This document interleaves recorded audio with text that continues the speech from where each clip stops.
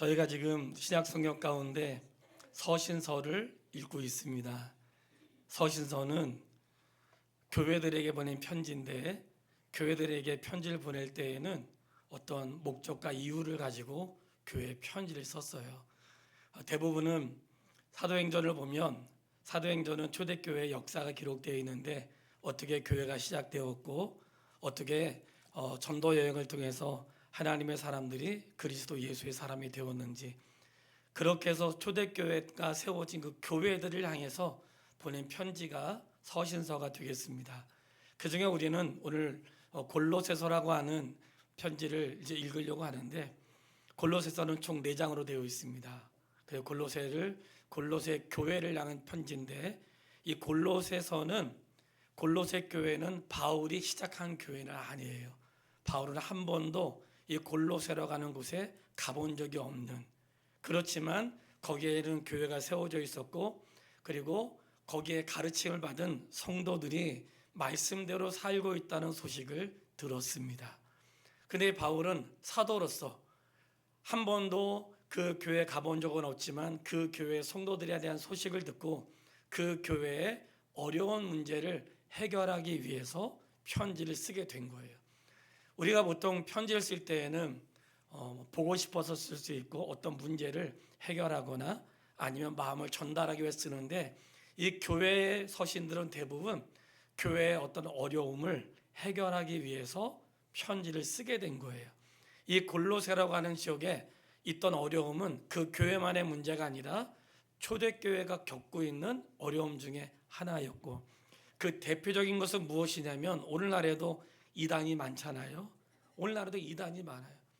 셀 수 없이 많고, 이단을 규명하는 것도 참 어렵고, 때로는 이것을 하는 게 옳은가 이런 갈등을 가질 때가 있어요.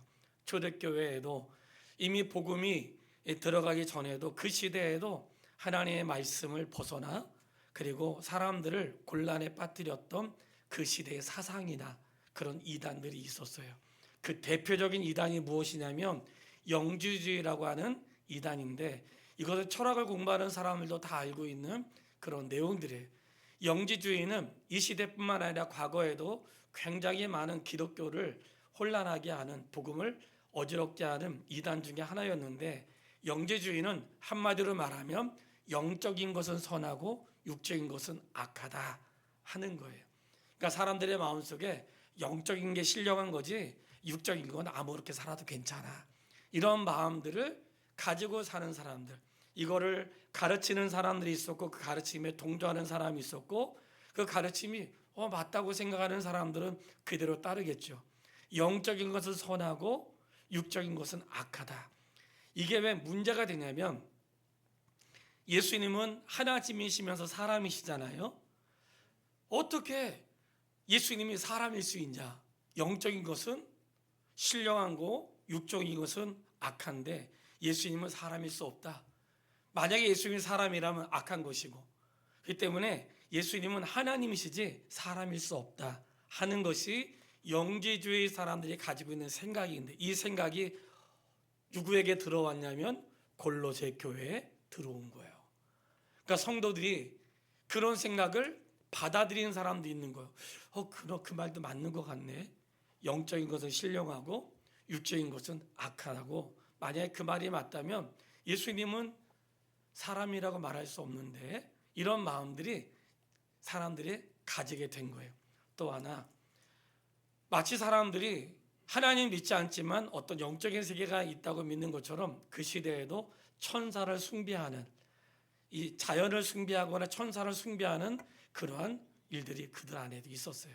그러다 보니 자연에게 빌고 비가 오거나 또 비가 오지 않을 때 이러한 자연 숭배 사상이 있었고, 심지어는 천사를 숭배하는 일들이 그들 안에 일어나게 되었던 거예요. 성도들도 말은 그렇게 하지 않지만 옛날 미신적인 행동들이 여전히 우리 안에 남아 있어서 유교적인 생각이라든지 미신적인 생각에서 떨쳐버리지 못하는 그런 습관들이 우리 안에도 있을 수 있는 거예요. 더군다나 이 교회 안에는 항상 초대교회 갈등 중에 하나는 무엇이었냐면 유대인 그리스도인들과 이방인 그리스도인들과의 갈등인 거예요. 이 갈등이 잘 해결되지 않았어요. 이 모든 갈등을 해결하기 위해서 바울이 골로새 교회에 편지를 쓰게 된 거예요. 편지를 쓴 이유는 그들로 하여금 바른 믿음과 바른 신앙 안에 살기를 원하고, 예수 믿고 구원받았는데 구원받은 사람들이 헛된 은혜에 빠져서 구원을 잃어버리지 않도록 하기 위해 서신을 쓴 거예요. 자, 그렇다면 오늘 우리 하나님 말씀을 공부하고 이 말씀을 배우는 중요한 이유가 있습니다. 하나님의 은혜로 우리가 예수 그리스도를 믿어 구원의 은혜를 입었는 줄 믿습니다. 이렇게 구원받은 하나님의 사람들이 진리에서 벗어날 때에 그것을 매우 슬프게 생각했다는 거예요. 구원받은 하나님의 백성들이 진리를 알고 하나님의 뜻대로 살아야 되는데, 하나님의 뜻대로 살기보다는 세상의 가치관과 내가 알고 있는 얇은 지식들, 그리고 진리가 아닌 것에 마음이 동요가 돼요. 신앙생활을 말씀을 따라 살지 않고 신앙생활을 우상 숭배하듯이, 또는 세상의 철학과 겹해서, 그리고 때로는 자기의 의지대로 사는 일들이 교회 안에도 있게 된 거예요. 바울은 교회에 편지를 보내면서 교회는 그리스도 예수 안에 있어야 되고 예수 안에 있는 사람들이 어떻게 살아야 되는지를 말씀하고 있는 거예요. 바로 그것들이 바로 서신서에 자세히 기록되어 있는 것입니다. 오늘 골로새서를 짧게 말씀을 드리려고 하는데, 삶에 대한 부분보다는 진리에 대한 부분을 말씀을 드리도록 하겠습니다. 모든 서신서는 크게 둘로 나눠져 있는데 항상 앞에는 진리를 말하고 있고, 두 번째는 진리의 말씀으로 어떻게 살아야 되는지를 말씀하세요. 이해되시죠? 사랑하는 여러분, 우리가 하나님도 알아야 되고 교회도 알아야 되고 진리도 알아야 되는데, 왜 알아야 되는가? 지식을 위해서 알기 위한 것이 아니라 살아내기 위해서 알아야 되는 거예요. 신앙생활은 삶과 연결되어 있습니다.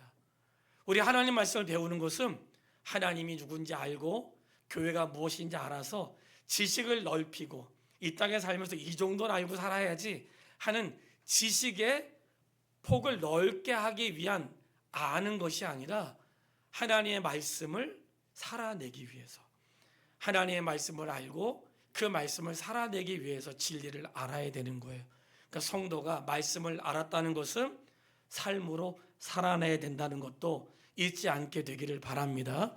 그래서 끊임없이 구원받은 사람을 향해서 뭐라고 말하냐면, 너희가 새로운 사람이 되었으니 새 질서 안에서 새 사람의 모습으로 살라고 그렇게 말씀하고 있는 거예요. 오늘도 우리가 이 말씀을 기억하면서 먼저 이 진리의 말씀을 잘 분별할 수 있게 되기를 바라겠습니다. 따라해 보겠습니다. 그는 몸인 교회의 머리시라. 몸에는 머리가 있죠. 예수님이 교회의 머리시라는 거예요. 자, 모든 몸에는 머리가 있는데 사람도 머리가 있죠. 이 몸이 머리의 지도를 따라요. 그렇기 때문에 이 머리 없는 몸이 있을 수 없고 몸이 없는 머리도 있을 수 없죠. 이 말씀은 그리스도가 없는 성도는 있을 수 없고, 그리스도는 스스로 존재할 수 있지만 그리스도의 몸으로 교회와 성도를 선택한 것은 우리가 그리스도와 연결되어 있다는 거예요. 성도는 주님과 연결되어 있습니다. 연결되어 있지 않는 자는 죄송하지만 성도가 아닙니다. 내 안에 머리가 그리스도가 아닌 사람은 죄송하지만 성도가 아닙니다. 우리가 머리에 지시를 받는데 하나님의 교회는 주님의 지시를 받거든요. 주님의 지시를 받지 않는다면 교회가 아닙니다. 교회는 목사의 지도를 받는 것이 아닙니다. 그리스도의 지도를 받는 것이고, 목사는 그리스도의 가르침을 전달하는 것뿐입니다. 목사의 가짜 목사와 어떠한 어리석음에 휩쓸려서 인생 낭비하지 마시고 우리의 머리 되시는 예수 그리스도를 바르게 알아서 진리 안에 사는 하나님의 사람 되기를 바랍니다. 교회의 머리가 예수님이라고 하는 것은 예수님이 교회의 머리로서 우리가 그분과 연결되어 있다는 거예요. 성도가 주님과 연결되어 있지 않으면 성도가 아니고, 주님과 연결되어 있지 않으면 살아있으나 죽은 자고, 주님 안에 있지 않으면 그리스도 밖에 있는 사람인 거예요. 여러분, 교회 안에 있다고 해서 내가 주님 안에 있는 게 아닙니다. 예수님 안에 있어야 주님 안에 있는 거예요. 그럼 교회 밖에 있으면서 주님 안에 있을 수 있는가? 없습니다. 분명히 아시고, 나는 교회는 안 나가지만 예수님 믿어, 있을 수 없습니다. 그건 진리가 아닌 거예요. 교회 안 나가면서 예수를 믿을 수 없는 거예요. 부득이한 경우 교회가 없다든지 아니면 그런 그 모임이 없다면 이루 말할 수 없지만 그런 건 있을 수 없는 일이고, 교회의 머리가 예수님이라는 것은 다른 표현으로 말한다면 교회는 망하지 않는다는 거예요. 왜냐하면 교회 안에는 갈등도 있고 때로는 분열도 있고 답답함도 있고 어려움도 있을 수 있어요. 그럼에도 불구하고 이 교회가 유지될 수 있는 것은 교회의 머리가 예수님이시기 때문에 그래요. 그러니까 수많은 박해와 수많은 위기를 지나서 여기까지 온 거예요. 앞으로도 여전히 오늘날 이 시대에도 이단과 교회 안의 분쟁과 여러 가지 예수님을 머리로 삼지 않았던 그런 시대 속에서 때로는 내가 예수를 믿지만 아직 온전히 주님을 따라가는 일에 성숙하지 않은 것들로 인하여 위기를 만날 수 있지만 교회는 무너지지 않고 견고하게 서는 것은 예수님이 교회의 머리시라는 것 잊지 않게 되기를 바랍니다. 자, 모든 편지는 인사부터 시작하거든요. 바울도 인사로 시작을 해요. 1절 하나님의 뜻으로 말미암아 1장 1절입니다. 하나님의 뜻으로 말미암아 그리스도 예수의 사도된 바울과 형제 디모데는 골로새에 있는 누구에게요? 성도들 곧 그리스도 안에서 신실한 형제들에게 편지하노니 우리 하나님 아버지로부터 은혜와 평강이 너희에게 있을지어다. 사실 1절만 2절만 가지고도 1시간 설교해야 되거든요. 기가 막힌 내용이에요. 그 하나님의 뜻으로 말미암아 그리스도 예수의 사도된 바울과 형제 디모데는, 바울과 디모데가 사도가 되고 주의 종이 되는데 자기의 뜻대로 된 게 아니라 누구의 뜻대로요? 하나님의 뜻대로. 이 시대에 주의 길로 갈 주의 종이 되고자 하는 자들, 주의 일꾼이 되고자 하는 자들은 자기가 하고 싶어서 하면 안 됩니다. 하나님의 뜻으로 말미암아. 자기가 하려고 했던 사람들, 이런 거죠. 백성들이 원해가지고 대통령을 세우고 백성들이 원해서 지도자가 된 사람들은 자기의 욕심을 부리지 않을 거라 생각해요. 내가 하고 싶어서 된 사람들은 내가 될 때까지 돈 쓴 게 있으니까 적어도 내가 하는 동안 이 정도는 거둬야지, 이런 마음 가질 거라 생각을 해요. 적어도 내가 그리스도 예수를 섬기면서 스스로 주의 종이 되고 싶은 사람, 스스로 일꾼이 되고자 하는 사람들은 그 중심이 자기에 있기 때문에 주회를 하는 동안에도 여러 가지 많은 갈등과 분쟁이 일어날 소지가 있죠. 하나님의 뜻대로 주의 종이 되고 하나님의 뜻대로 그리스도 일꾼이 되었다면 그런 소지가 있을 수가 없어요. 살다가 어려움을 겪고 고난을 당해도 그것이 내 인생의 1번이 아닌 거예요. 왜냐? 나를 부르신 분이 하나님이시기 때문에. 적어도 이 부르심은 목회자뿐만 아니라 성도도 마찬가지예요. 성도가 무엇인가? 거룩한 무리. 거룩한 무리를 하나님이 부르신 자들만 성도가 될 수 있어요. 우리는 지난주에도 에베소의 말씀을 전하면서 왜 이것이 영광인가? 하나님이 부르시지 않으면 이 자리에 올 수 없기 때문에. 하나님이 불러서 왔다면 인생의 위기와 어려움도 하나님이 책임져 줄 것이고, 그리고 공부한 것이 내 인생의 첫 번째 문제가 아니라는 거예요. 신앙생활의 진짜 갈등은 무엇인가? 내가 어려워서요, 아파서요, 저희 집에 문제가 있어서요. 이것은 첫 번째 문제가 아니에요. 신앙의 첫 번째 문제는 무엇인가? 진리에 대한 문제예요. 이 진리에 대한 문제를 우리가 생각하지 않고, 진리는 상관없고 나는 그냥 아프지 않았으면 좋겠고, 진리는 상관없고 나는 형통했으면 좋겠고, 이것이 우리의 무지고 사단이 원하는 거예요. 사단이 이 시대에 어떻게 하나님의 사람들을 유혹하는가? 하나님을 믿지 못하게 하진 않아요. 하나님이 있음을 인정해요. 성경도 인정해요. 근데 무엇을 하는가? 비슷하게. 비슷하게. 마치 하나님 말씀인 것처럼. 하나님이 살아계신데 하나님의 뜻인 것처럼. 아주 교묘한 방법으로. 그것이 아담으로부터 있는 어둠의 권세의 전략이에요. 하와에게 찾아왔어요. 성도님, 우리가 이 말씀을 전할 때 이런 성경의 질서를 알아야 되는 것은 하나님의 말씀을 받은 사람은 누구였냐면 아담이었습니다. 자, 누가 하나님 말씀을 받았어요? 아담. 하와는 누구에게 시험 들었을까요? 아니야. 사단은 누구에게 시험을 주었을까요? 하나님 말씀을 직접 받지 않는 하와에게 시험을 한 거예요.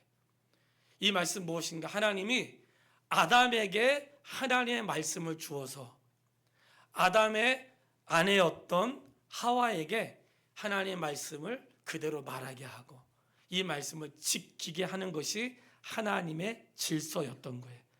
그래서 가정의 질서를 세우고 교회의 질서를 세우는 것이 하나님의 방법이었던 거예요. 근데 사단이 누구를 찾아왔는가?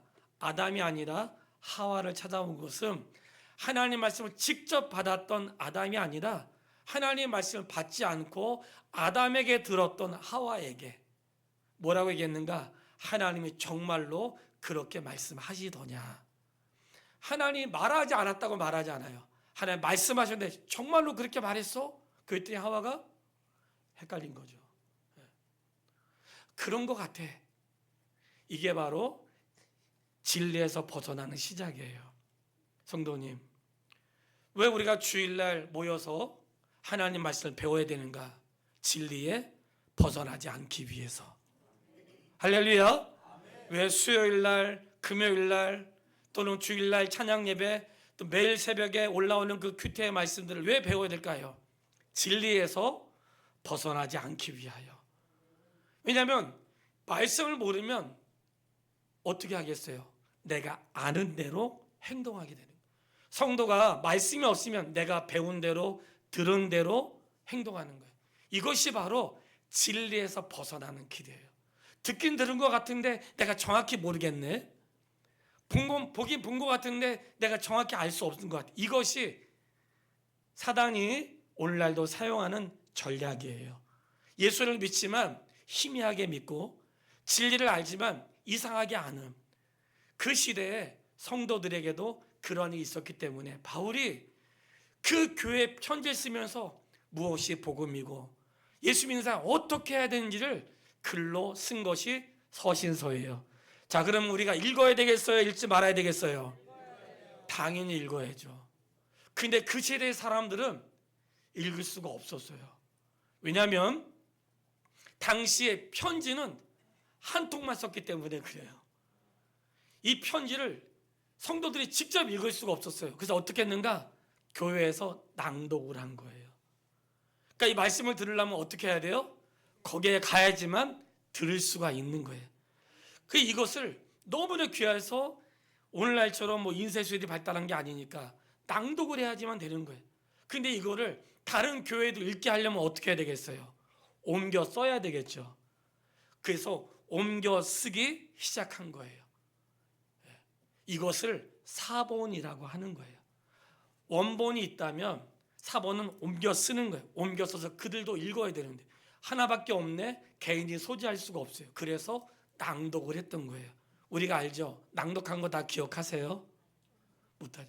우리 성도님들이 가끔 저를 절망에 빠뜨려요. 목사 오늘 설교 잘 들었는데 남는 게 하나도 없어요. 항상 감사하죠. 다음에 또 들으면 되니까. 예. 남는 게 하나도 없대. 그 시대 사람도 그랬을 거예요. 왜냐하면 선포되었기 때문에. 그래서 오늘날 성도의 손에 성경에 들려졌다는 것은 하나님의 놀라운 은혜예요. 예. 낭독한 것으로만 들려지지 않고 우리가 그분의 말씀 직접 들을 수 있다는 것. 그래서 바울의 모든 서신 가운데 중요하게 여겨지는 몇 가지가 있는데 오늘 빌립보서에도 성도를 향해 기도하는 내용이 나와요. 우리가 이런 기도해야 됩니다. 어떤 기도가 나오는가? 3절 읽습니다. 우리가 너희를 위하여 기도할 때마다 하나님 곧 우리 주 예수 그리스도의 아버지께 감사하노라. 우리가 너희를 위해 기도할 때마다 감사하대요. 바울은 빌립보 교회를 가본 적이 없어요. 만난 적도 없습니다. 그런데 그들 향해서 뭐하고 있어요? 기도하고 있어요. 왜 기도하는가? 그들이 예수의 사람이 되었기 때문에. 그리고 그들이 신앙생활을 하고 있는 잘못된 사상들을 가지고 있어서 그 잘못된 사상들을 고치기 위해서 바른 교훈을 주기 위해서 먼저 그들 향해서 기도했다는 거예요. 여러분, 제가 여기서 중요한 진리를 하나 깨달았습니다. 내가 성도에게 뭔가 권면하고 싶은 말씀이 있잖아요. 우리가 이 사람한테 이거 알려줘야 돼. 권면할 때 자기 생각이 아니라 우리는 항상 그분의 말씀으로 권면해야 되는 거 아시죠? 자, 권면하기 전에 항상 뭘 먼저 해야 될까요? 기도가 있어야 됩니다. 예. 내가 알려줘야 돼. 이 사람 모르면 큰일 나. 뭐가 있어야 된다고요? 그 사람을 향해서 기도하지 않았다면 그 사람을 향해서 권면하지 마십시오. 기도가 있어야 돼. 내가 저 사람에게 한번 본때를 보여줘야지. 먼저 기도해 보세요. 본때를 보여줄 사람이 그 사람인지 아니면 나 자신인지 기도하면 깨닫게 돼. 이 말씀 무엇인가? 사도 바울이 빌립보 교회, 에베소 교회, 골로새 교회 편지할 때 항상 무엇을 했는가? 내가 여러분을 위해 기도하고 있습니다. 기도가 있고 권면이 있었던 거예요. 오늘 성도가 성도에 권면할 때에도 기도가 있어야 돼. 기도는 무엇인가? 그를 향해 기도하면 그를 사랑하는 마음이 생겨요. 교회를 향해 기도하면 교회를 사랑하는 마음이 생깁니다. 내가 주님께 내 인생을 향해서 주일날 매일 골방 기도를 통해 아침에 기도하는 시간이 있잖아요. 주님을 사랑하는 마음이 생겨요. 우리가 성도를 사랑할 때 기도가 성도를 사랑하는 표현이에요.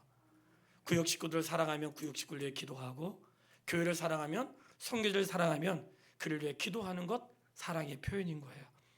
근데 그냥 말하지 않고 기도를 통해 그들을 권면했는데 어떻게 했는가? 4절, 이는 그리스도 예수 안에 너희의 믿음과 모든 성도에 대한 사랑을 들었으며 너희를 위하여 하늘에 쌓아둔 소망으로 말미암음이니 곧 너희가 전에 복음 진리의 말씀을 들은 것이라.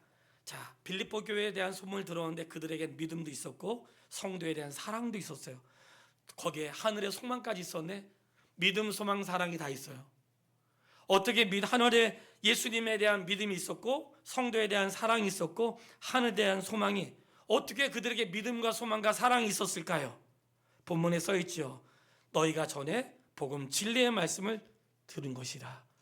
하나님 말씀을 들었기 때문에 그들이 주님을 향한 믿음이, 하나님 말씀을 들었기 때문에 성도를 향한 사랑이, 하나님 말씀을 들었기 때문에 천국에 대한 소망이 생기게 된 줄 믿습니다. 자, 이렇게 말씀을 들었기 때문에 믿음도 생긴 거예요. 성도가 신앙생활 갈등하면서 내가 이러면 안 되는데 왜 그럴까요? 하나님 말씀을 들었기 때문에 그러는 거예요. 예, 들었기 때문에 내가 이렇게 살면 안 되는 걸 다 아는 거예요. 다 내가 직분야 내 목사인데 이렇게 살면 안 되는데, 우리가 말씀을 들었기 때문에 그런 거예요. 우리가 그것이 하나님의 은혜 안에 있는 증거라는 것을 기억할 수 있게 되기를 바랍니다. 그런 것 때문에 인생 무너지지 않아요. 성도는 잘못할 수 있고 연약할 수 있고 실수할 수 있습니다. 그것 때문에 지옥 가거나 멀어지지 않습니다. 다만 성숙하지 못하다는 말은 들을 수 있겠죠. 분명한 건 믿음과 소망과 사랑이 왜 생겼는가? 그분의 말씀을 들음으로 생긴 거예요.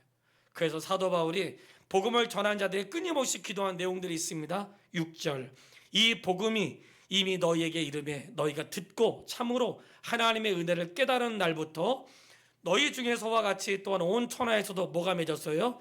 열매를 맺어 자라는도다. 자, 이 말씀을 들으면 자라게 됐다는 거예요. 하나님 말씀을 들었는데 자라지 않을 수가 없어요. 저희 추석 때 다 모이셨죠? 저희도 딸이 아기를 데리고 왔더라고요. 이삭이를 데리고 왔어요. 데려왔는데 이 아이가 드디어 뒤집기를 시작한 거야. 갑자기 오더니 바닥에다 뭘 깔더라고. 이불을 딱 깔아. 왜 깔는가 했더니 뒤집기를 보여주려고. 딱 깔더니 이삭을 딱 눕혀놓은 거예요. 그 애가 마치 엄마하고 짰는데 뒤집더라고. 성장한 거죠. 여러분, 모두가 기뻤어요. 저도 그런 기쁨을 성도를 통해 보고 싶습니다. 아직도 뒤집지도 않는 사람들도 있어. 기어가는 건 고사하고 아직도 그냥 뒤집지 않고. 예? 신앙이라고 하는 것은 열매로 자라는데 내가 자라는 게 아니라 주 안에 뿌리 내리고 있으면 자라게 되거든요.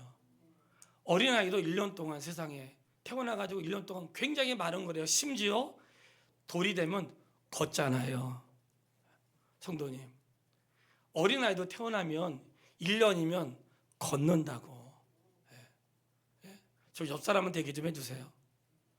1년이면 걸어요. 아직도 그 믿음이 자라지 못해서 걷지 않고, 누가 안아줘야 되고, 누가 업어줘야 되고, 달래줘야 되고, 그러면 되겠어요, 안 되겠어요? 나한테 말하지 말고. 그러면 안 된다고. 골로새 교회가 그렇게 자랄 수 있도록 서신을 쓴 거예요. 목사가 성도에게 권면하는 것을 왜 그러겠어요? 자랄 수 있도록, 스스로 믿음을 가지고 그 길로 걸어갈 수 있도록. 누가 달래줘야 되고, 뭐 먹여줘야 되고, 업어줘야 되고, 우르르 깎고 해야지만 그냥 한 번 웃고, 그런 신앙생활이 아니고, 이제는 좀 이렇게 웬만한 어려움은 그냥 티도 내지 않고, 저 그러한 자리까지 갈 수 있도록 하는데, 이 중심에 무엇이 있는가? 진리가 있었다는 거예요. 그래서 그 기도 속에 무엇이 있는가? 9절 말씀, 교회를 향한 기도가 이 9절로 12절이거든요. 한번 읽어보겠습니다. 이로써 우리도 듣던 날부터 너희를 위하여 기도하기를 그치지 아니하고 구하노니, 너희로 하여금 모든 신령한 지혜와 총명에 하나님의 뜻을 아는 것으로 채우게 하시고, 주께 합당하게 행하여 범사에 기쁘시게 하고, 모든 선한 일에 열매를 맺게 하시며, 하나님을 아는 것에 자라게 하시고, 그의 영광의 힘을 따라 모든 능력으로 능하게 하시며, 기쁨으로 모든 견딤과 오래 참음에 이르게 하시고, 우리로 하여금 빛 가운데서 성도의 기업의 부분을 얻기에 합당하게 하신 아버지께 감사하게 하시기를 원하노라. 원하노라. 이 원하노라. 원한다는 것은 하나님, 나는 원해요, 그런 뜻이에요. 사실 기도는요, 원하는 거예요. 기도는 해주십시오. 사실은 그게 아니라 원합니다예요. 난 이렇게 되기를 원합니다. 왜? 기도는 원하는 것이지 떼쓰는 게 아니거든요. 바울도 원한다는 거예요. 무엇을 원하는가? 하나님, 우리 성도들의 속에 하나님의 뜻을 아는 것으로 채워지기를 원합니다. 하나님의 뜻 아는 것을, 성도의 심령 속에 하나님의 뜻이 무엇인지 아는 것으로 채워지기 원한다는 거예요. 그럼 우리는 어떻게 기도할 수 있어요? 하나님, 내가 이 땅에 사는 날 동안 하나님 누구신지 알고 하나님의 뜻이 무엇인지 알기를 원합니다. 이렇게 기도할 수 있죠. 그리고 또 무엇을 기도했는가? 주의 뜻에 합당하게 행할 수 있도록. 신앙생활은 지식이 아니라 행하는 거라고 했잖아요. 주의 뜻에 합당하게 행할 수 있도록. 그래야 그분을 기쁘시게 하는 거잖아요. 야, 이 기쁘시게 한다는 뜻이 무엇인지 성경에 이 주석에 뭐라고 써 있었냐면 이렇게 주석이 되어 있더라고요. 거의 아부에 가까울 정도로, 이 주석에 써 있는 거예요. 거의 아부에 가까울 정도로 상대를 만족시키기 위해 미리 준비하여 행하는 것. 이 기쁘시게 해드린다는 게 그분을 기쁘시게 하기 위해서 뭔가 어떤 행동을 한다는 거예요. 근데 하나님은 언제 기뻐하시는가? 그분의 뜻에 합당하게 행할 때 기뻐하십니다. 그러니 교회를 향해 기도할 때 하나님을 알고 그분의 뜻을 알게 해주시고, 그리고 그 뜻에 따라 합당하게 살아가기를 원합니다. 이것이 바울이 교회를 향한 기도였고 우리의 기도가 되어야 할 줄 믿습니다. 그리고 그분의 능력으로 살고 오래 견디고 오래 참을 수 있는 것은 하나님의 말씀이 진리인 줄 알기 때문에 모든 견딤과 오래 참음에 이를 수 있는 것입니다. 신앙생활에는 인내가 필요해요. 사실 인내가 필요합니다. 사람을 사귀고 하는데도 인내가 필요해. 그 인내를 통해서 그 자리에 이르게 되는 거예요. 우리 그냥 어른 되지 않았잖아요. 어른 될 때 얼마나 숱한 이야기가 있어요. 오늘 저녁에 1박 하시면서 하고 싶은 얘기 다 하세요. 제가 들어드릴게요. 평상시 못했던 얘기 제가 들어드릴 테니까, 그 방에 앉아가지고 하고 싶은 얘기 다 하세요. 제가 오늘 딱 들을 각오라고 하는 거니까 밤새 듣도록 하겠습니다. 한번 더 누가 먼저 자는지 한번 보자고요. 그러니까 하고 싶은 얘기들. 근데 인생을 살면서 그 숱한 이야기들인데 오래 견딤과 오래 참을 수 있었던 것은 하나님의 말씀이 내 안에 있었기 때문에 그 말씀으로 인해 견디게 되고 그렇게 되었다는 거예요. 바로 이것이 교회를 향한 기도였어요. 왜 이런 기도를 하고 그 성도들에게 이야기했는가? 성도들에게 우리가 이단을 알 필요가 없고 다른 헛된 철학을 알 필요가 없어요.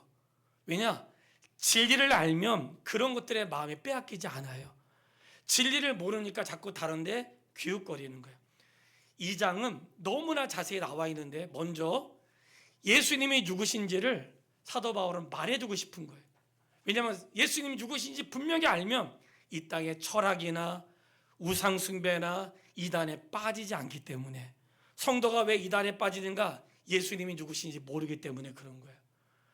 성도가 하나님 말씀을 듣지 않으니까 이단에 빠지는 거예요. 듣지 않으니까 누구의 귀에 가려워지고 이 시대의 철학에, 이 시대의 풍조에 마음 빠지는 거예요. 진리가 있으면, 진리에 경고하면 그런 거에 마음 빼앗기지 않습니다. 자, 그것이 오늘 저희가 설교 전에 읽었던 본문의 말씀이에요. 예수님 누구신지 한번 확인을 하고 읽도록 하겠습니다. 15절부터 예수님이 누구신지를 자세히 말씀하고 있어요. 15절부터 20절까지 읽어가면서 말씀드릴게요. 주님이 누구신지. 15절, 그는 보이지 아니하는 하나님의 형상이요. 예수님이 누구세요? 하나님이 형상이에요. 예수님이 하나님이세요. 예수님이 하나님이시고 모든 피조물보다 먼저 나신 이시니, 자, 만물이 그에게서 창조되되 하늘과 땅에 보이는 것들과 보이지 않는 것들과 혹은 왕권들과 주권들과 통치자들과 권세자들이나 만물이 다 그로 말미암고 그를 위하여 창조되었고 또한 그가 만물보다 먼저 계시고 만물이 그 안에 함께 섰느니라. 자, 이게 예수님 누구신가? 예수님은 보이지 않는 하나님이시래요. 그러니까 제자들이 예수님 우리에게 하나님을 보여주세요 할 때 예수님 뭐라고 했어요? 나를 본 자는 아버지를 보았느니라. 예수님이 곧 하나님이신 거예요.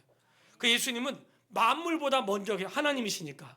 그리고 이 모든 만물이 누구로 인해 지어졌어요? 예수님으로 인하여. 우리가 천지가 어떻게 창조되었는지 다 알고 계시죠? 하나님 말씀으로 창조된 거 아시죠? 자, 이 말씀이 곧 누굴까요? 예수님.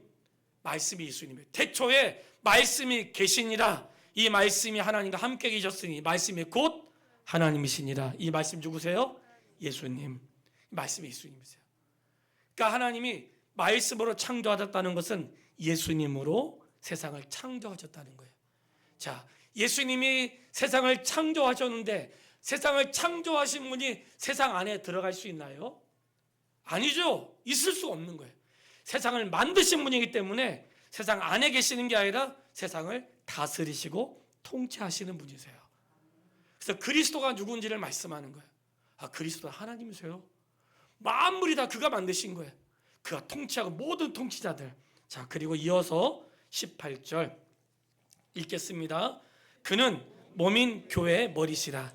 그가 근본이시요 죽은 자들 가운데서 먼저 나신 이시니 만물의 으뜸이 되려 하심이요. 자, 예수님은 교회의 머리이실 뿐만 아니라 온 우주 만물의 머리이십니다. 이 머리라는 것은 그분과 연결되어 있고 그분의 말씀을 지도를 받아야 된다고 했어요. 자, 교회는 누구의 지도를 받는 곳이에요? 다시 한번, 누구의 지도를 받는 곳이에요? 그렇죠. 그분의 지도를 받는 거, 예수님. 여러분, 목사의 지도를 받는 것이 아니에요. 목사는 그분의 대리자. 대리자는 잘못할 수 있습니다. 참, 제가 그 음식국 사진을 어젠가 그제 올렸는데 그 올린 이유가 있어요. 제가 최근에 어느 분에게 이제 고기 선물을 좀 받았는데 성도들하고 먹으려고 막 음식을 했는데 실패했어요. 그래가지고 두 번째 한 거 성공을 했거든요. 모든 분들이 한결같이 말하는 게 아무리 좋은 음식도 재료가 좋아야 된다 그러더라고. 재료가 좋아야 음식이 맛있는 거. 재료가 안 좋으면 뭐 아무리 조물이 넣어도 안 된다는 거야. 재료가 좋아요인데요. 제가 깨달은 게 있는 거예요. 진리 자체에는 변함이 없고 이 진리는 생명이고 이 진리는 우리를 살게 한다는 사실을 믿습니까? 네, 진리는 변함이 없어요. 그런데 이 진리를 전하는 목사는 깨지기 쉬운 그릇이다.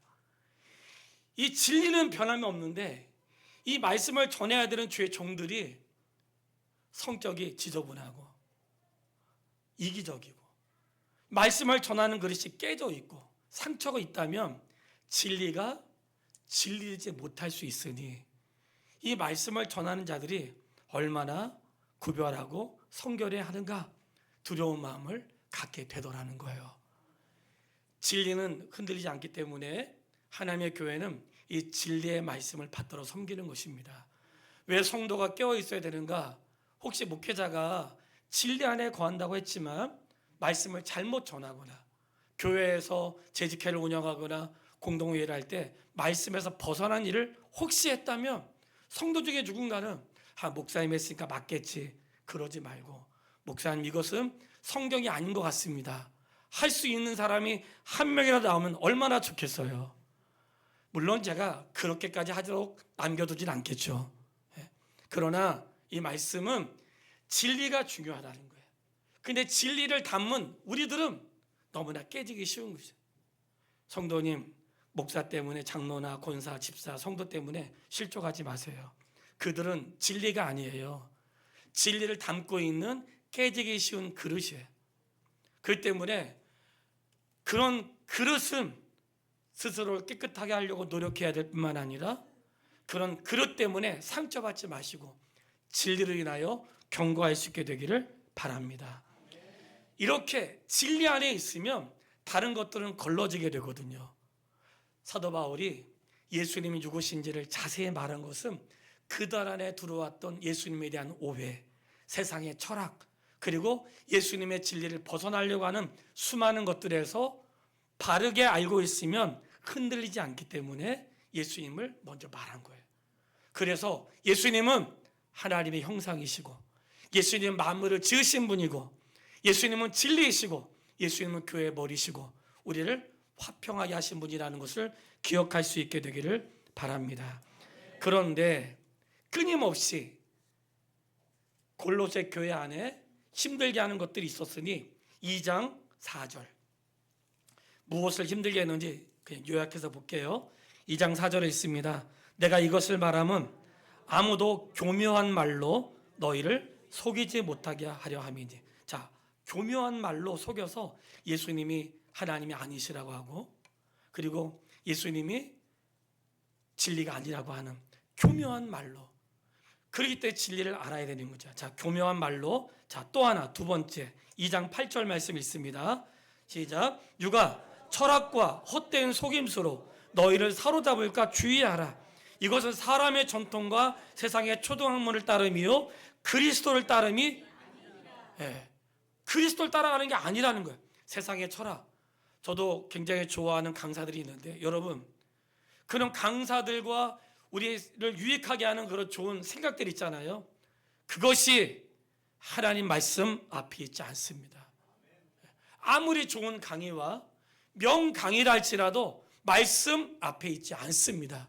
바라는 것은 누구나 어떤 누군가의 철학이나 헛된 속임수가 너희의 마음을 사로잡아서 거기에 마음을 위로를 받고 말씀에서 벗어나는 일들이 생기지 않도록 사람이 갖고 가던 전통, 이거 우리 전통이야. 그 전통은 그리스도를 따르는 게 아닙니다.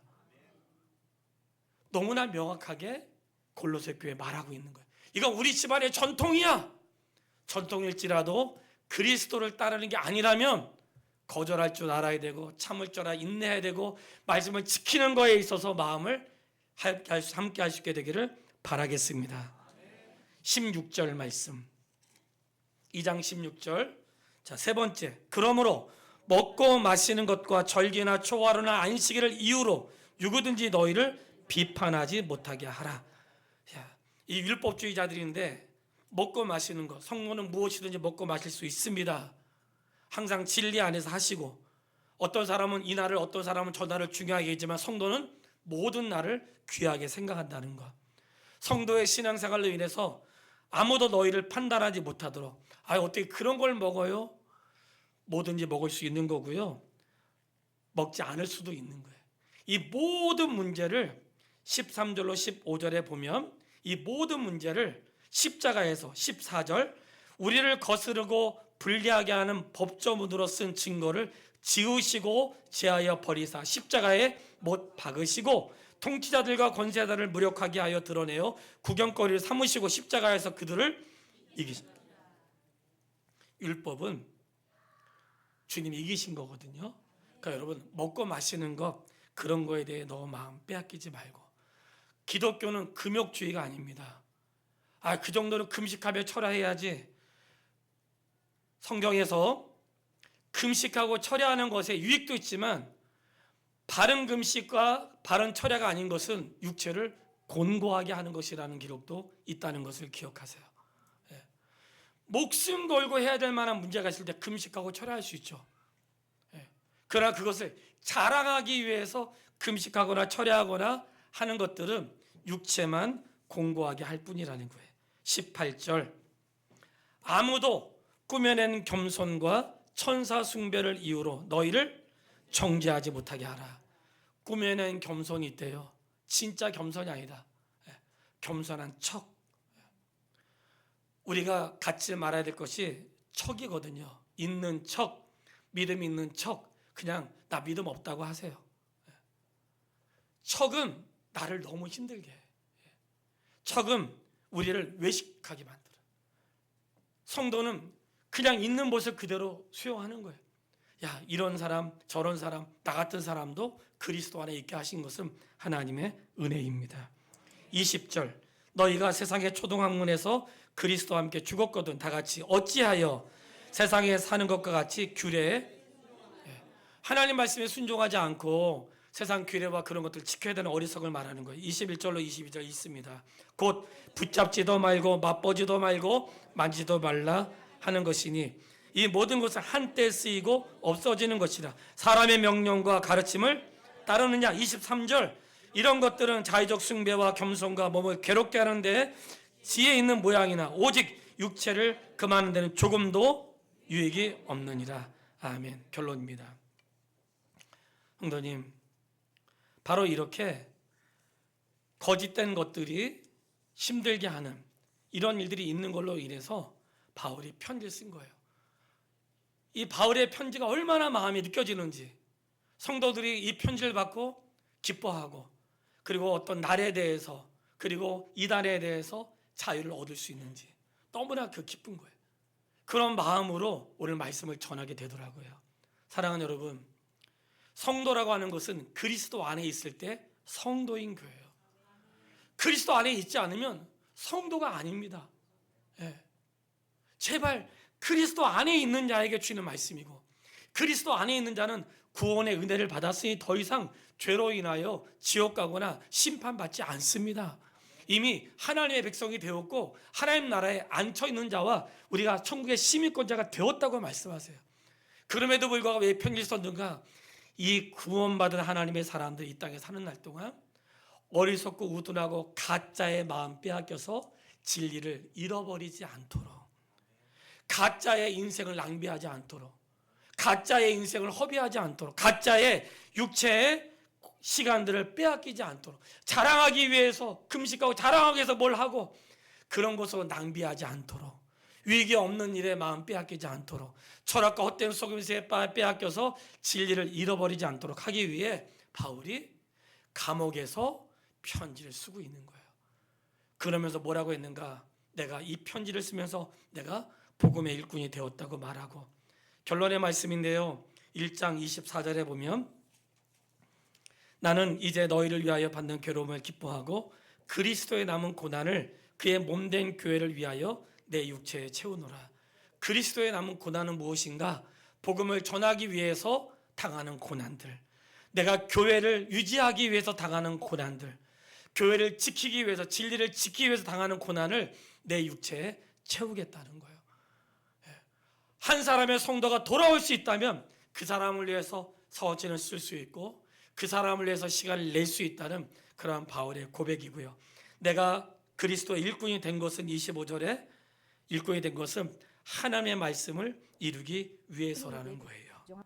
그리고 그 말씀 가운데 계속된 말씀 가운데 이 28절로 29절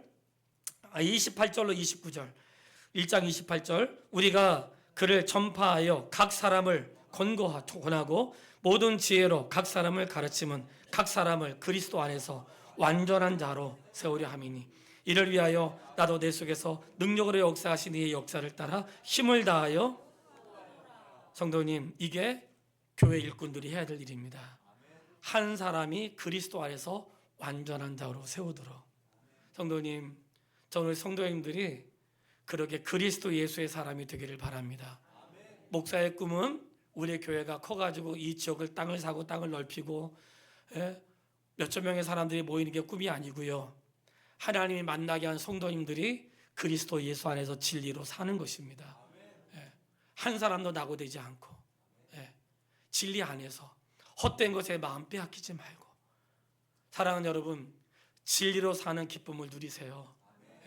세상 철학과 어리석음에 마음 빼앗기지 말고 그리스도를 알수록 우리는 진리에 견고해집니다. 하나님의 교회는 그것을 위해 존재한 것이고 바로 그것을 위해서 우리가 인내하고 헌신하는 것입니다. 그 은혜 속에 충만하기를 주님의 이름으로 축원합니다.